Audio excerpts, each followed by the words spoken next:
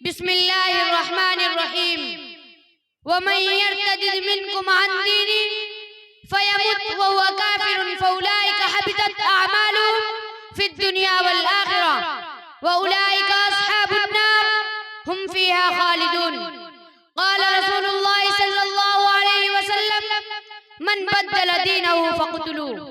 محترم حضرات اور آج کے اس محترم بالشان مسابقے کے صدر عالی وقار اور حاضرین محفل،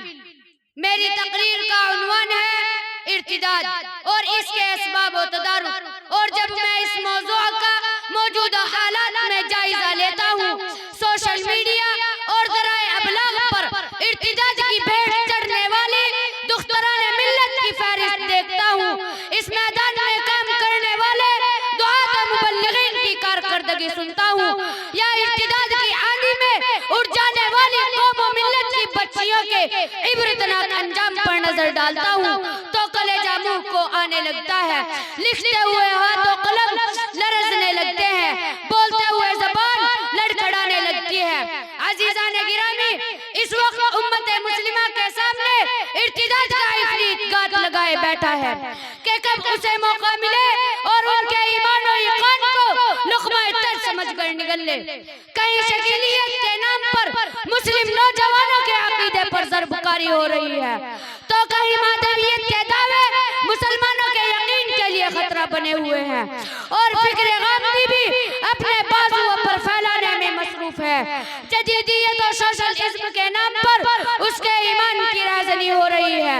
راشٹرواد کے دل فریب عنوان سے بھی اس کے ایمان و عقیدے کو کمزور کرنے کی کوششیں جاری ہیں، اور سب سے بڑھ کر دختران ملت کے ایمان و یقین کو سلب کرنے کی منظم سازشیں ہو رہی ہیں۔ صدر عالی وقار اس وقت وطن عزیز میں ایک مخصوص طبقہ امت کی بچیوں کے ایمان پر ڈاکہ زنی کرنے کی ہر ممکن کوشش کر رہا ہے، جس کے لیے باقاعدہ مسلم لڑکیوں کو اپنے دام محبت میں پھنسانے کے لیے بغوا تنظیمیں ٹریننگ کیمپ آرگنائز کر رہی ہے، اور مسلم لڑکیوں کو بغوالوں ٹریپ میں قید کر کے ارتداد کی آندھی میں جھونک دینے والوں کو انعام و اکرام سے نوازا جاتا ہے، گلدستوں سے ان کی حوصلہ افزائی کی جاتی ہے، اور قانونی و سیاسی قوت فراہم کر کے ان کے شوق کفر کو مہمیز لگائی جا رہی ہے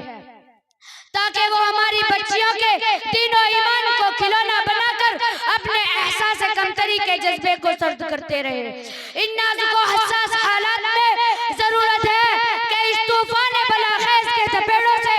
مسلم قوم کو بچانے کے لیے مؤثر اقدامات کیے جائے۔ ارتداد کے سدباب کے لیے سماج کا ہر فرد بیدار ہو جائے، دعات و مبلغین ایمان و یقین کی فضیلت اور ارتداد و کفر کی قباحت و وعید پر بیانات کرے، سیاسی قائدین اس اہم امر کو اپنی ترجیحات میں شامل کرے، سماجی ذمہ داران معاشرے کی اصلاح کے لیے منظم پلاننگ کرے، اور مسلم قوم اپنے عقید و فکر کے تحفظ کے لیے ہر موقع پر علماء سے رجوع کرے۔ حاضرین مسابقہ اعداد و شمار بتلاتے ہیں کہ اس وقت ارتداد کا شکار سب سے زیادہ مسلم لڑکیاں ہیں، اور لڑکیوں کے ارتداد میں سب سے اہم کردار یورپی تہذیب و مخلوط کلچر نے ادا کیا ہے۔ لڑکے لڑکیوں کا اسکول، کالج، یونیورسٹیوں میں ایک ساتھ پڑھنا، آفسوں میں، کمپنیوں میں جاب کرنا، ایک دوسرے سے ملنا جلنا، اور رہی صحیح کسر واٹس ایپ، فیس بک، انسٹاگرام اور سوشل میڈیا فارم نے پوری کر دی ہے۔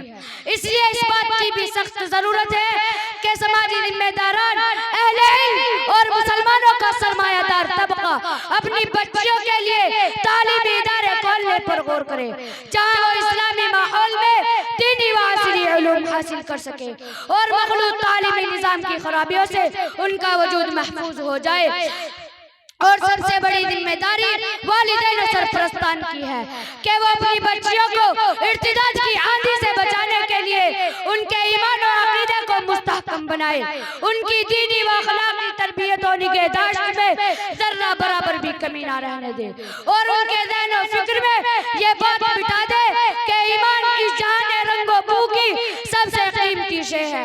عقیدے کا تحفظ اس کا اولین فریضہ ہے، اور اقرار توحید و شہادت رسول صلی اللہ علیہ وسلم کے بغیر اس کا جسم صرف گوشت کا ایک چلتا پھرتا لوتھڑا ہے، اس کے سوا کچھ بھی نہیں۔ اللہ رب العزت ہم سب کو ارتداد کی لعنت سے محفوظ فرمائے اور ہمیں اس کار خیر کے لیے قبول فرمائے، آمین۔ وآخر دعوانا الحمدللہ رب العالمین۔